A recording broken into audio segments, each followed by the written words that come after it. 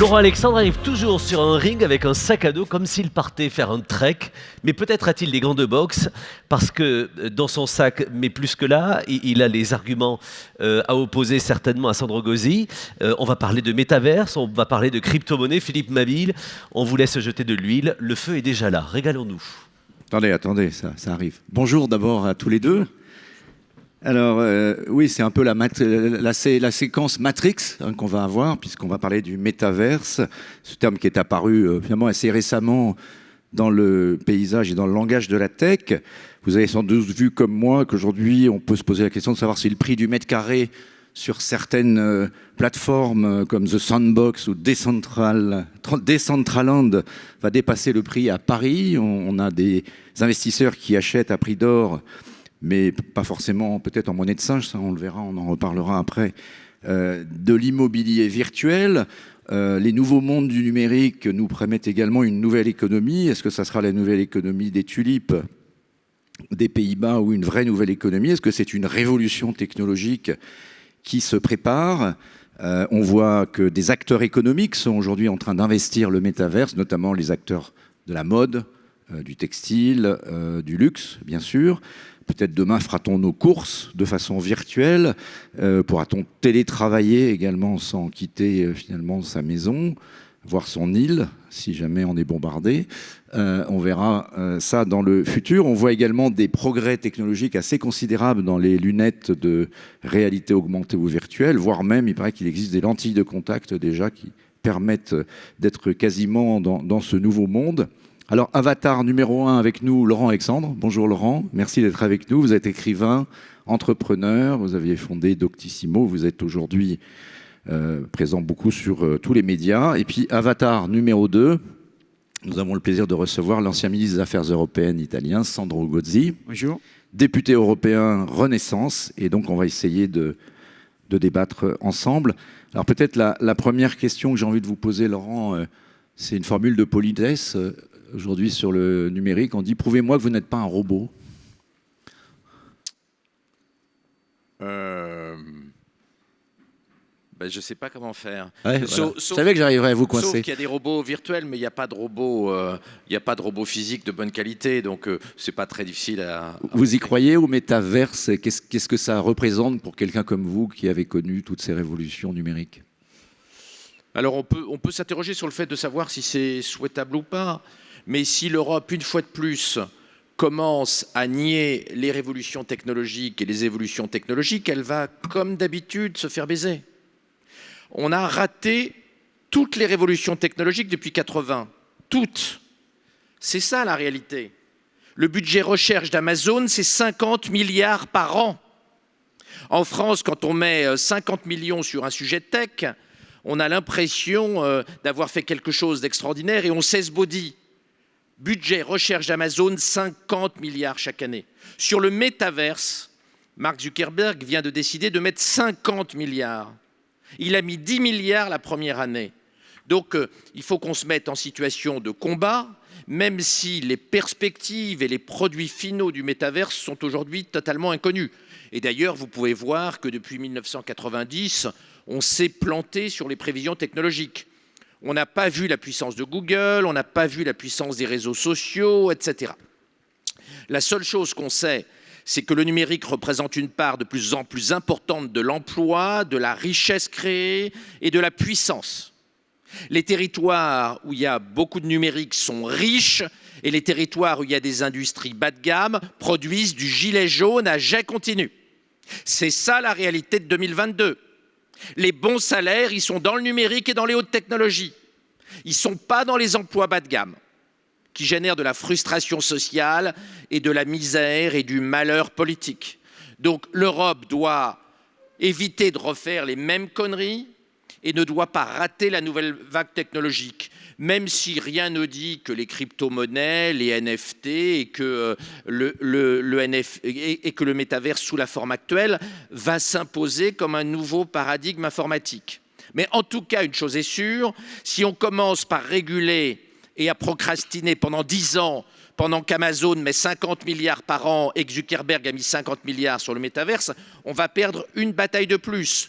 Or, ce que nous avons appris depuis le 24 février, ce que l'Europe a appris, c'est que nous ne sommes pas dans un monde de bisounours gentils et bienveillants. Nous sommes dans un monde méchant de compétition et de guerre mondiale. L'Europe a désarmé sur le plan militaire, elle est incapable de se battre face à l'ogre poutinien, qui de surcroît a acheté beaucoup de conscience, puisque beaucoup de leaders politiques sont pro-Poutine, parce que les Russes, les services russes ont fait beaucoup d'entrisme dans les cercles intellectuels européens et même français. Donc on a perdu la bataille stratégique et militaire. La bataille du numérique, on l'a perdue. Vous savez bien que nous avons des acteurs sympathiques mais minuscules. Doctolib, c'est extraordinaire ce qu'ils ont fait, mais enfin ça vaut 5 milliards, pendant qu'Apple vaut 3000 milliards, que Google vaut 2000 milliards. Donc nous avons des nains numériques.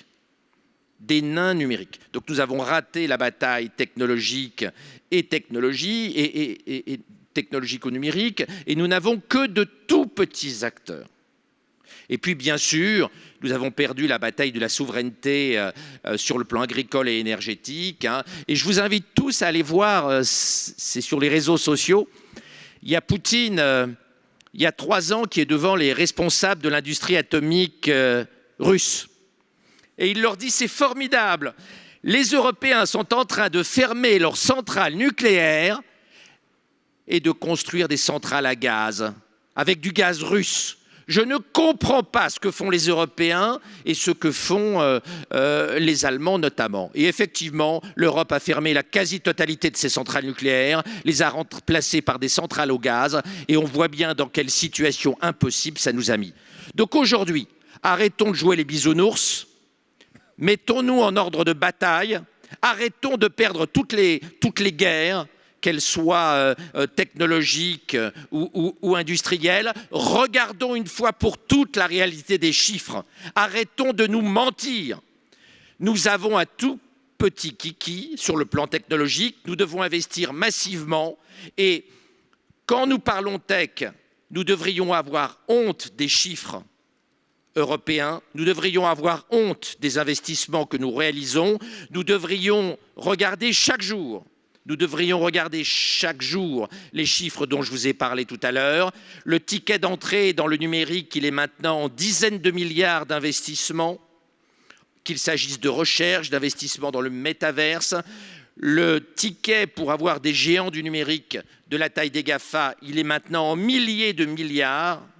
Oui, effectivement, il est compliqué pour des acteurs comme OVH de se battre face à Amazon qui met 50 milliards sur la recherche chaque année. Si l'on veut que l'Europe existe et soit autonome, soit souveraine, il faut maintenant travailler, arrêter de nous mentir et investir énormément. La réelle politique technologique est là. Arrêtons le mensonge technologique qui nous endort depuis 30 ans. Merci Laurent de cette entrée en matière, si je puis dire, du débat. Alors avec vous, Sandro Gozzi, d'abord, notez qu'un Italien qui est membre du groupe Renaissance, évidemment, ça vous permet peut-être d'avoir un discours, j'aurais dit, non pas défaitiste, mais combatif par rapport à tout ce qui vient d'être décrit. On pourrait reconnaître à Laurent Alexandre une forme de lucidité. Il décrit une forme de réalité. Aujourd'hui, l'Europe est à la manœuvre, et vous y travaillez, pour essayer de repartir au combat. Alors, il y a la question de l'argent et puis il y a la question défensive de la régulation qu'on peut mettre en œuvre. Il y a 4 grandes régulations, vous allez peut-être en parler, qui sont en cours sur les marchés, sur les plateformes, sur la data et sur l'IA, qui sont les bases finalement de l'Internet européen de demain. Est-ce que celles-ci sont de nature à nous permettre de reconquérir, si je puis dire, le terrain perdu ? Tout d'abord, merci pour l'invitation. Je suis ravi, honoré d'échanger avec Laurent Alexandre, dont j'ai lu un ouvrage fort intéressant, JEC Jeunesse. Je partage sa confiance et peut-être je peux dire son optimisme par rapport aux technologies, par rapport à ce que les technologies peuvent nous apporter, donc évidemment les métaverses et tout ce qui est lié à l'intelligence artificielle. Je suis plus optimiste que lui par rapport à ce que l'Europe peut faire. Je suis d'accord si on parle au passé, même au passé récent, dans le sens que c'est vrai que pour longtemps, l'Europe s'est uniquement penchée sur la question éthique et sur la question des règles. Et dans un monde de brutes, les règles seulement ne suffisent pas. Donc, de ce point de vue, il faut dire que finalement, en ce moment, malheureusement, j'ai dit à cause du conflit ukrainien, c'est que certains parmi nous proposent depuis des années, à savoir le fait de renouer l'idée d'Europe et l'action européenne avec l'idée des puissances, et pas seulement avec l'idée des règles. Aujourd'hui, c'est au centre du débat. Et aujourd'hui, on sort du combat, du conflit absurde entre ceux qui parlaient, disons, des souverainetés nationales et ceux qui parlaient d'Europe. Les deux vont évidemment ensemble, parce que nous, en tant qu'Européens, nous pouvons retrouver une capacité réelle de puissance et d'intervention politique, d'investissement financier et aussi réglementaire, seulement si on agit au niveau européen. Donc, disons, mettre en alternative la dimension nationale, la souveraineté nationale et l'idée européenne, c'est passéiste, c'est regarder au passé, ce n'est pas prendre acte des réalités. Donc aujourd'hui, on a la possibilité de faire un changement fondamental. L'Europe, après tout, est née comme antidote à l'usage de la puissance nationale, voire nationaliste, qui nous a amenés à 2 guerres mondiales. Mais maintenant, le monde a changé. Aujourd'hui, il faut renouer la notion d'Europe avec la notion de puissance. Puissance militaire, puissance sanitaire et aussi puissance numérique. Et moi, je crois que c'est là-dessus qu'il faut se pencher. Je partage aussi l'analyse sur les retards que nous avons accumulés, mais je crois qu'il y a eu des réponses dans le présent et dans le passé récent qui indiquent que les Européens ont appris la leçon. Le fait qu'un tiers d'un plan de relance, qui est seulement au niveau européen, est de 750 milliards d'euros, qu'un tiers de ces plans qui s'ajoutent à ce qu'on a commencé finalement à faire au niveau national, et c'est que par exemple en France, on annonce de faire d'ici à 2030, par exemple, ces plans d'investissement numérique qu'Emmanuel Macron a annoncé, qui s'ajoutent à ce qui a déjà fait d'ici à 2030 des 30 milliards. Un tiers de ces plans de relance européens de 750 milliards d'euros est dédié à la transformation numérique, est dédié à la reprise des contrôles, est dédié à faire face à une logique de puissance qui caractérise évidemment, avec des façons différentes, et l'action américaine et l'action chinoise, et à laquelle nous devons répondre, pas uniquement, aussi, mais pas uniquement, avec les règles. Donc évidemment, il faut rattraper les temps perdus au niveau des investissements, c'est les points que je viens de faire. Il faut aussi avoir l'ambition, et là, c'est là que je crois que même la dimension éthique des valeurs est importante. Même si on est dans un monde des logiques des puissances, d'équilibre des puissances ou de déséquilibre des puissances, je crois que nous devons avoir aussi l'ambition et la possibilité, et nous l'avons déjà fait. Là, c'est moi qui parle au passé. Parce que la semaine dernière, on a trouvé un accord au niveau européen, grâce au travail que nous avons fait avec Thierry Breton. Je vois que vous appréciez dans votre livre, d'autres vous les appréciez moins, mais... on a adopté la première loi sur la réorganisation du marché numérique au niveau européen. Ce n'est pas du tout une approche naïve, c'est une approche qui dit stop aux pratiques anticoncurrentielles, stop aux approches oligopolistiques, aux oligopoles, stop aux comportements prédateurs. Et moi, je suis convaincu que c'est une approche qui va inspirer d'autres parties du monde. Alors, comme ça a été fait, ce sera mon dernier point, avec la loi sur les données personnelles. Au départ, on était dans la dérision, dans le scepticisme, et aujourd'hui, de l'autre côté de l'Atlantique, on s'inspire de ces modèles, qui doivent être mis en œuvre de façon beaucoup plus efficace au niveau national, mais là aussi, on ne peut pas attribuer à l'Europe les faiblesses nationales. Ce n'est pas l'Europe qui a décidé de passer du nucléaire au gaz. C'est une décision par référendum en Italie que je regrette il y a 30 ans, dans laquelle les peuples italiens ont décidé de dire non nucléaire. C'est l'Allemagne qui a décidé librement de passer du nucléaire au gaz. Ce n'est pas l'Europe. Au contraire, l'Europe aujourd'hui... J'ai pas dit la Commission européenne. J'ai dit l'Europe. C'est bien l'Europe. Aujourd'hui, l'Europe, c'est une partie de l'Europe. C'est un choix chers allemand, messieurs, un choix italien.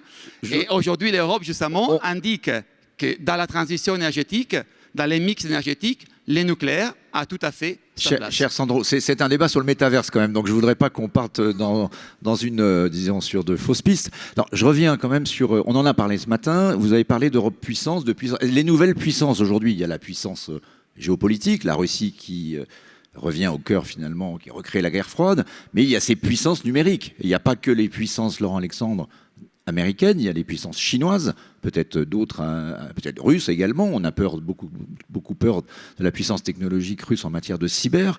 Donc comment est-ce que vous pensez que nous, Européens, vous avez donc fait le diagnostic, on peut réaffirmer une forme de puissance? Est-ce que ça doit se faire dans l'invention d'autres règles du jeu? C'est un peu ça que propose le Web3, un Internet des origines décentralisées, où le pouvoir est redonné aux propriétaires des données, des data, plutôt que de le laisser aux plateformes. Est-ce que ça, c'est encore un chemin possible, d'après vous, ou pas?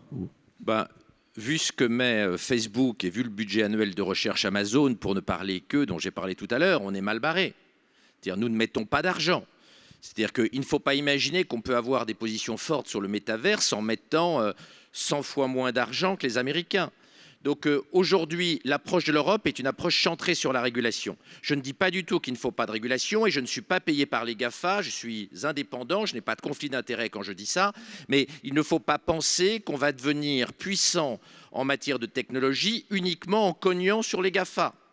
Ce n'est pas par la régulation que nous allons par magie devenir des leaders de la technologie. Permets-moi, Philippe, d'utiliser une métaphore grivoise. Si votre femme vous quitte et prend un amant parce que vous avez une petite bite, ce n'est pas en allant cogner l'amant de votre femme que vous allez avoir un plus gros sexe. L'Europe est exactement dans cette situation-là. Elle pense qu'en cognant les GAFA, on va générer automatiquement des acteurs puissants du numérique en Europe. Or, ce n'est pas le cas. Parce que l'Europe ne met pas assez de moyens sur la technologie et surtout parce qu'elle ne réfléchit pas à la régulation.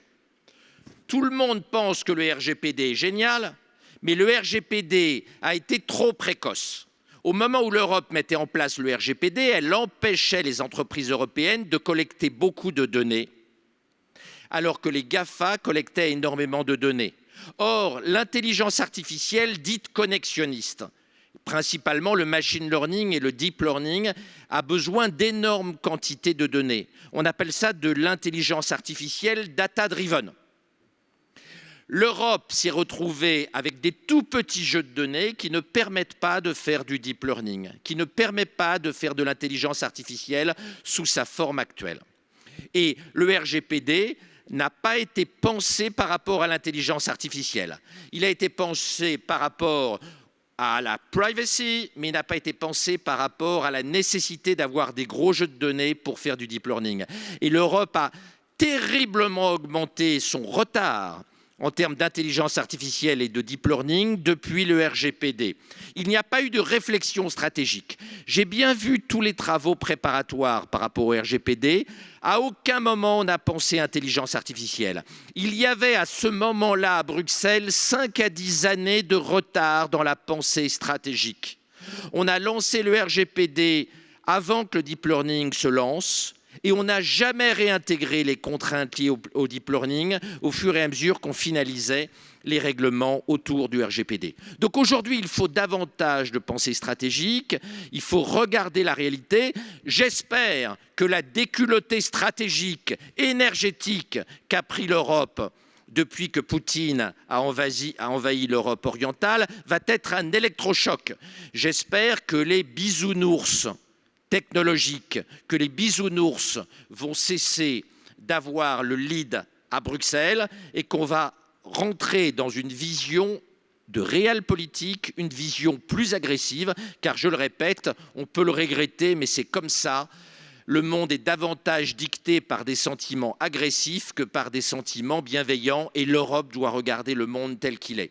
Alors, pour revenir d'un mot sur le métaverse, si nous voulons ne pas prendre une déculottée supplémentaire, si nous voulons ne pas reprendre une claque magistrale supplémentaire, il va falloir une stratégie parfaite, parce que notre retard est immense, et il va falloir investir à peu près 10 fois plus que ce qu'on investit. Donc il va falloir réguler intelligemment, sans indiquer à tout le monde qu'on va faire une régulation d'enfer, parce que sinon les gens vont aller investir sur le métaverse hors d'Europe.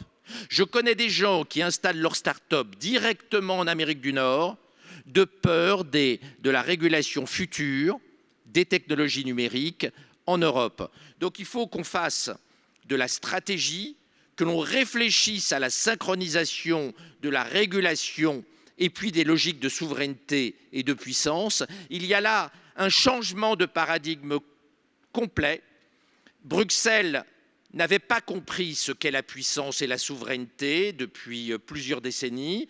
Bruxelles commence à comprendre depuis 31 jours. Il faut que ce processus de compréhension de ce qu'est la réalité du monde se développe, et le métaverse et le numérique est un lieu sur lequel cette prise de conscience de la réalité violente du XXIe siècle doit exister. Donc nous devons partir au combat, nous devons cesser de croire à nos mensonges technologiques.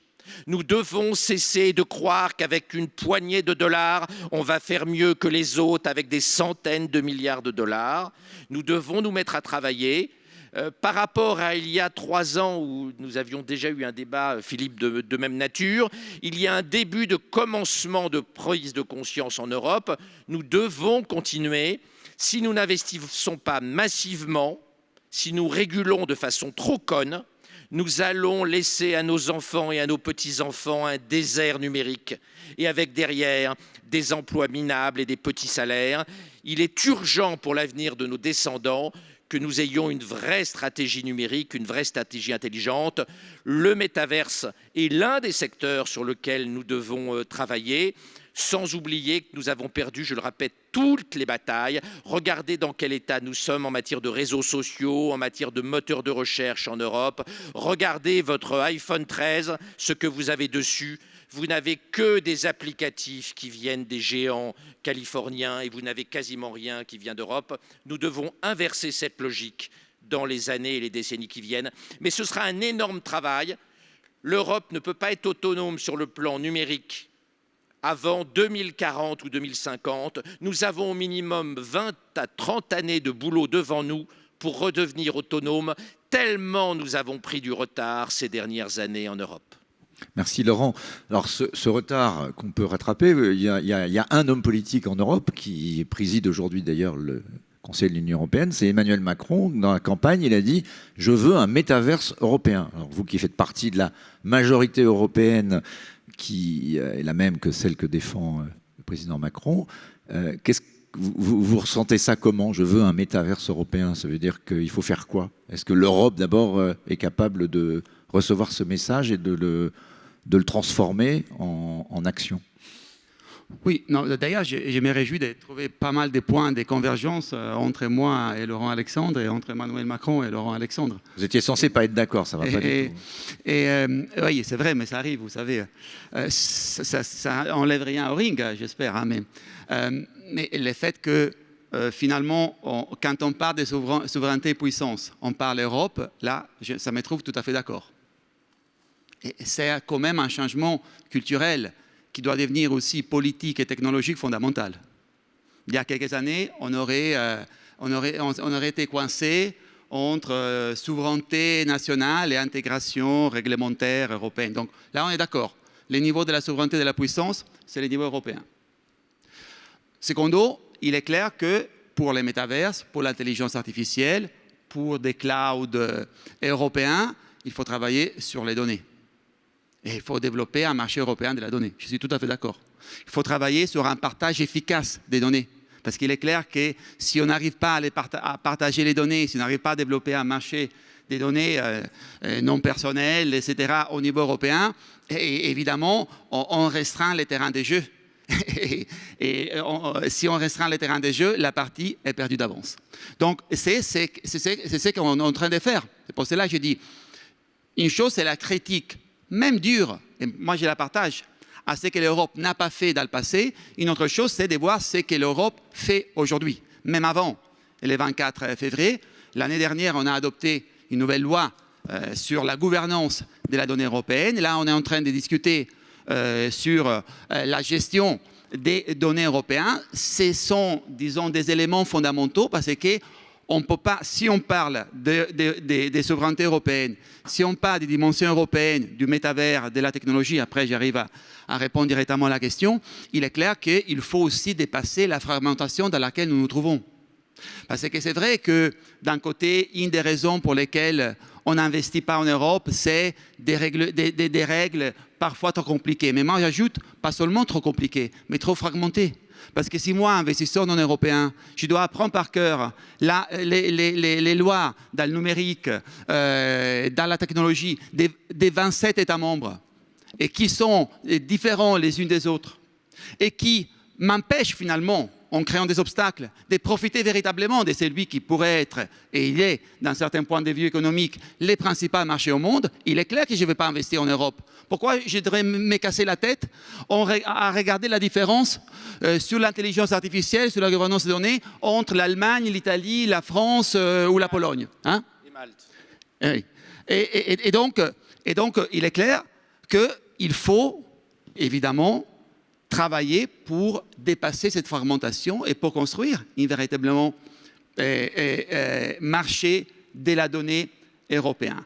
Quand on parle des métavers européens, il est clair, on ne parle pas d'un métavers public. On parle d'une stratégie d'investissement qui est à la fois française, il se lie. Donc du secteur privé. Oui, absolument. Il y a des géants du luxe, de la distribution exactement. qui commencent à regarder. Il s'agit de voir comment, avec l'investissement public et avec la réglementation publique, on peut accompagner, stimuler, renforcer ce que le secteur privé est en train déjà de faire. Par exemple, il s'agit d'appuyer certaines technologies sous-jacentes telles que les moteurs graphiques. Et c'est comme ça qu'on peut travailler pour développer un métavers. Et il s'agit aussi de les faire à l'européenne. Qu'est-ce que ça veut dire de les faire à l'européenne? Pour moi, il s'agit évidemment de penser au grand secteur industriel, au secteur de la mode, etc. Mais les métavers européens, c'est aussi un grand enjeu pour la culture et pour l'industrie culturelle. C'est un grand facteur de justice culturelle. Pensez à des zones dans lesquelles il n'y a pas de musées. Et pensez les opportunités que les métavers qui construisent ces mondes virtuels, immersifs, ouverts, permanents, peut donner même pour l'approche à la culture de la citoyenneté. Donc c'est ça l'approche européenne. Pas uniquement penser aux investissements, et c'est très important, je suis d'accord, pas uniquement à penser comment dépasser cette fragmentation et avoir des règles qui soient tournées vers l'avenir efficaces, mais comment aussi, à travers un nouvel exercice de la puissance, promouvoir notre modèle, qui est aussi un modèle culturel, qui est aussi un modèle d'inclusion, qui est aussi un modèle de citoyenneté. C'est ça la proposition de métavers européen que, cette fois-ci, le candidat Emmanuel Macron vient de faire pour répondre à votre question. Alors Laurent Alexandre, il y a une part de dystopie, on a quelques minutes pour terminer dans cette histoire de métaverse. Est-ce que c'est un truc qu'on est en train d'inventer pour se divertir dans les abris anti-atomiques quand on devra se planquer? Est-ce que c'est un truc qu'on est en train d'inventer pour cybersurveiller les télétravailleurs et s'assurer qu'ils ne sont pas en train de faire autre chose en ayant mis un algorithme à leur place à la maison? Est-ce qu'on va vers un monde finalement bon ou mauvais avec le métaverse? Comme d'habitude, une technologie a toujours les deux facettes. Twitter, il y a des choses extraordinaires et en même temps, il y a plein de trolls. des anti-vax complotistes qui expliquent que le gouvernement veut nous tuer avec le vaccin contre le Covid, des gens à la solde de Poutine. D'ailleurs, ce sont souvent les mêmes et je suis très frappé de voir sur les réseaux sociaux à quel point les anti-vax et les anti-Raoult sont aujourd'hui très massivement pro-russes, pro-Poutine et anti-Ukraine. C'est très, très, très troublant sur le plan politique et sur le plan intellectuel. En fait, c'est le même algorithme. Le métaverse, il sera comme d'habitude ce qu'on en fera. Ce qui est important, c'est qu'on soit ouvert en termes d'usage, parce qu'on ne sait pas à quoi une technologie peut servir. Personne n'a prévu les réseaux sociaux, je disais tout à l'heure, personne n'a prévu tout ce qu'on allait faire avec les smartphones.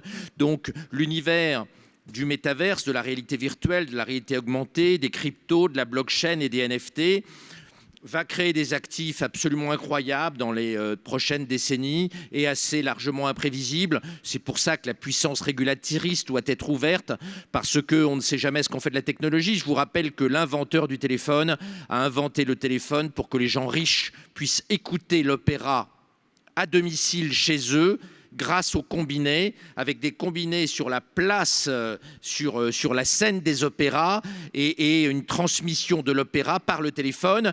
L'inventeur du téléphone n'a pas imaginé une seconde qu'on pourrait s'en servir pour discuter entre deux personnes. Donc la technologie est imprévisible, il faut être très ouvert et je me félicite de voir que depuis le 24 février, l'Europe est partie au combat. Elle a compris depuis l'invasion de l'Europe orientale par Poutine qu'il faut être vigilant, qu'il faut travailler, qu'il faut une logique de puissance. L'Europe, je l'espère, va se construire aujourd'hui en sortant des discours bisounours et bienveillants qui l'ont structuré, hélas, trop largement depuis 1957 et le traité de Rome. Eh bien, c'est sur ces wake-up calls que nous allons terminer ce débat. Merci, messieurs. Merci. Je rends le micro à notre ami Nicolas. Merci beaucoup Philippe, merci beaucoup messieurs d'avoir accepté l'invitation de ce Think Tech Summit.